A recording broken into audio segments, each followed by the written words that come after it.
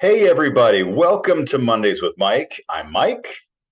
I'm the chief meteorologist here at Fox 26. I'm actually recording this on Sunday because I have a really busy Monday. Sometimes I'm just too much stuff going on Monday to be able to sort of churn out anything without just rushing through it and doing a bad job. So I want to thank you for watching and hope you enjoyed the weekend. I know, Saturday was a little yucky. Sunday was amazing, which is today from my point of view. Pretty amazing. Watched a lot of football, of course, which I'm sure you did. Currently, the end of a shocker taking place with the Bengals just destroying the Bills. It was amazing to feel bad for the Bills, but what are you going to do? So Joe Burrow, he's the magic man right now.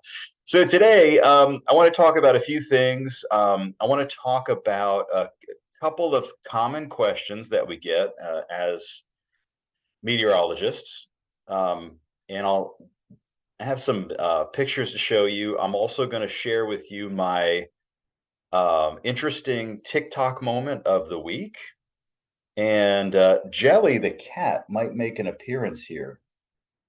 Shmail, you want to come say hi? He's hanging around just on the floor. He's giving me the sweet eyes. You know how cats will give you the that kind of thing, like that. So he's kind of giving me the sweet eyes right now. I think that he thinks that I'm going to feed him, but he's already eaten today. And if somebody walked in the house, they would think that we're starving the kitty, but we're not. And just the way he begs, not the way he looks. I mean, he's a hefty boy. So the first thing I want to do, guys, is share with you because I'm trying to hit the TikTok, and I'm not very good at it, and I realize that. And I asked my daughters, my teenage daughters, because my youngest is not allowed on TikTok yet, but I asked them, how come nobody's watching my videos? And they gave me like this. If you listen really close to what they said, it was actually like an insult, but it didn't come out that way. It was like, well, they said you have to post consistently. You have to be consistent, like post every day or a couple times a day. And it has to be something that people want to watch. And that was my way of, oh, okay. So, like, whatever I'm posting, people obviously don't want to watch. So we know that. So I'm going to share my screen here so that I can share with you my TikTok. So this was my big TikTok of the week. So basically, not basically, this is what happened. I shouldn't say basically. I had a school visit on Thursday, or was it Friday? I had a school visit at on Friday at my nephew's school. Now my nephew is 6. No, maybe he's 5. Anyway, he's in kindergarten. So I have not done a young kids kindergarten talk for a while. Like I was really rusty and I was really sort of like nervous about it actually because I usually do really really good at school talks. Like I've been doing them forever, I mean I've been doing these school talks for you know 20 plus years, and plus I love kids. A lot of times I'm more comfortable talking to a group of 6-year-olds than I would be talking to a group of adults. But that being said, it had been a long time since I did a school talk, especially to young kids. So what I always do, well, what I try to do is I go to HEB or Kroger and I get dry ice because there's just nothing. Uh, Most kids never get a chance to be around dry ice, and it's just a really amazing substance. And for science demonstrations, it's really cool too. Even though kindergartners don't necessarily understand, phase changes and things turning from a solid into a gas. Some of them do. But it's cool to make a cloud.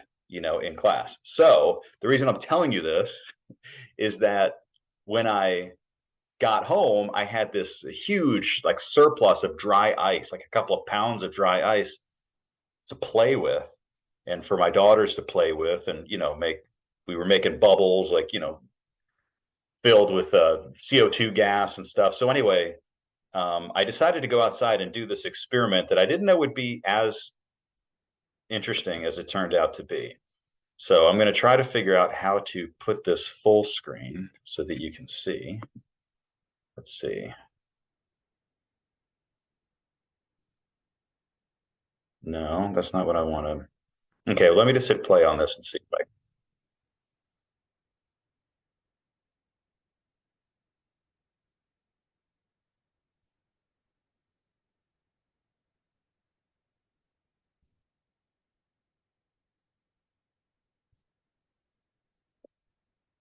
okay, get ready.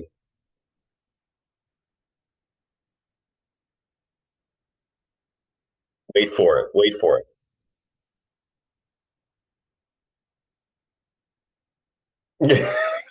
It was, let's watch it again. So hopefully both audios are coming through, but it's warm water. I have crushed up solid carbon dioxide going in there. It undergoes an immediate phase change to gas. And the pressure that builds up inside is incredible.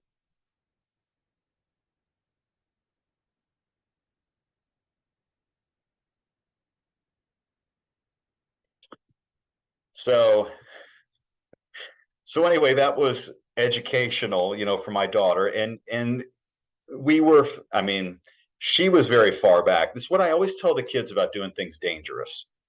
If I hurt myself, I don't care. If I hurt, well, it's not that I don't care. What I mean is, and parents can probably understand this too. If I get hurt doing something stupid, then it's my fault and I'll take the lumps for it. You know what I mean? If I'm permanently scarred from doing something stupid, I'll own it and I'm the one that's going to have to live with it. If they do something dangerous and get hurt, then it's my responsibility that they got hurt and I'll have to live with that. You know what I mean? For the rest of my life. So that's why if there's going to be anything dangerous involving explosions or anything like that, let me do it. So not that we blow things up common. I think you know what I mean. So so that was a cool experiment. It was an experiment that was much more explosive than I thought it was going to be. I imagine the stronger the vessel is that you put it into, the more shocking the explosion would be. And so this is something really very important to keep in mind if you're going to do this demonstration for anybody is that the plastic water bottle is relatively thin. Obviously, still holds enough pressure that when it bursts, it does pretty forcefully. But I think if you were to do it with like a 2 liter, Coke bottle or something, the explosion would probably be even more, even stronger because I think they're a little bit thicker and obviously it's larger. And then, what's really dangerous is if you start using something that's even stronger, like a aluminum bottle or something like that, or God forbid, glass. You don't want to do that, but it will allow the pressure inside to reach much higher levels before it bursts. And the more of that energy, the more of the pressure that you let build up inside, you're talking about a very high amount of energy being released and creating like a shock wave. So we don't want that to happen. So make sure that you do your own research. Don't let kids do it. And yeah. Okay, so the next thing I wanted to talk about was a question that I was talking to a lady, and she said, "Hey," she was asking me about, you know, it was supposed to rain and it didn't, that kind of deal. And why? And so I said, well, I tried to what I'm going to do is I'm going to let you guys visualize it. So let me share the screen again, because yes, listen, sometimes the forecast is terrible. Yes, no doubt about it. In fact, I had well, I'll tell you a story in a minute here about that. But what I wanted to show you was this is rainfall that happened on Saturday. So what we're looking at here is a map of Harris County, Houston, down to the Space Center, down to the southeast side, whatever. What I want you to see here on the page, each of these numbers represents a rainfall amount. So down here in the lower right-hand part of your screen, we have rainfall amounts, 0.76, 0.96, 0.72, 0.80, 0.64. So that's where we had, 3/4 of an inch, almost an inch of rain on Saturday. Now, obviously, if you go over to the left-hand side of your screen, Katy had 0 or pretty close to 0. There are some 0.4s around, 0.04 of an inch of rain, but in general, areas west of Houston had very little rain. In areas that were closer to the coastline, it got quite a bit of rain, even over around Baytown, almost an inch of rain. So, and that actually was exactly what was expected, for the most part.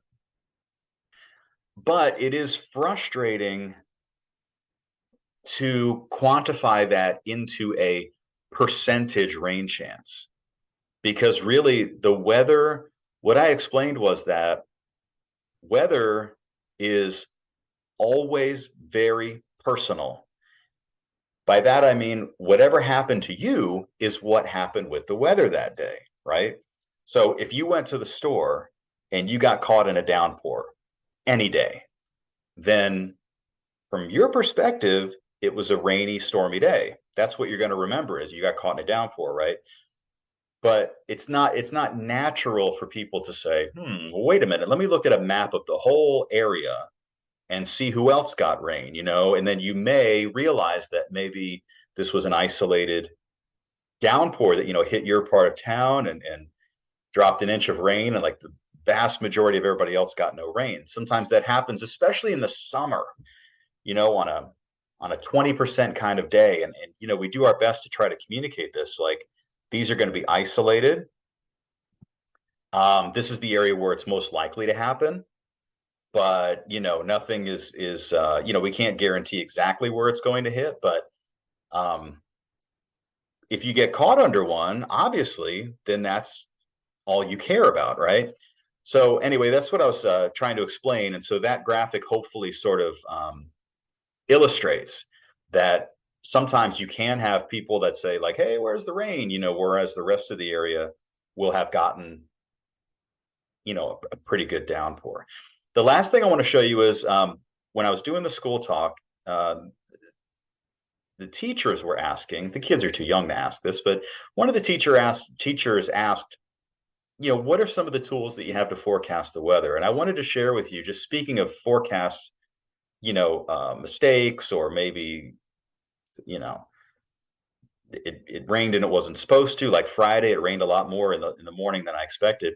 But I wanted to show you 2 computer models that you could, maybe if you're really interested in this stuff, you could do more research on them, because these are 2 of the primary, very short-term models that we use.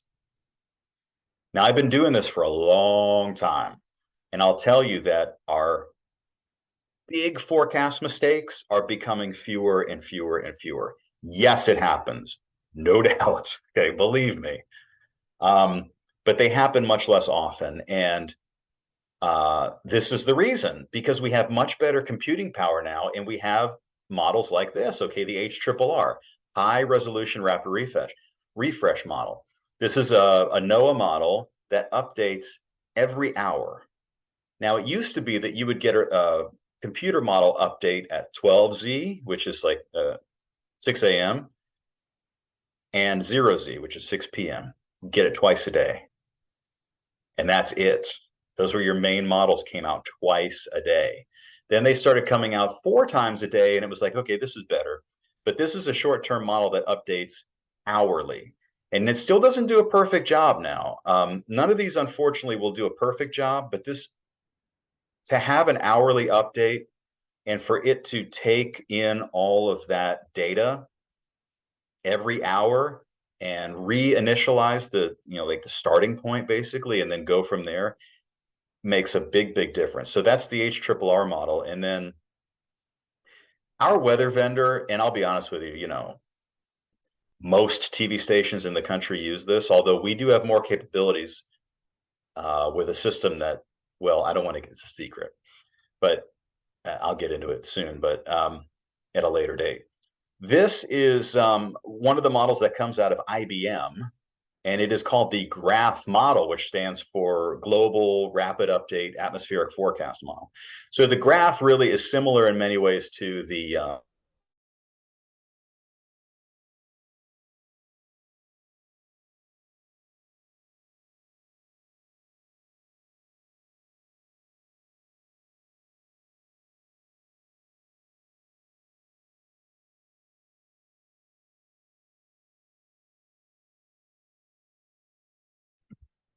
wow, is this still recording? That'd be amazing if it's still recording. Is it? Okay, well, I got knocked offline there for a minute. So I'm hoping that this is still recording, and I'll try to wrap up here because I don't understand what's happening, but that's okay. So what I was sharing with you was that um, we have such better computer models now that although, yes, we still do get the forecast, wrong. And by the reason I use air quotes is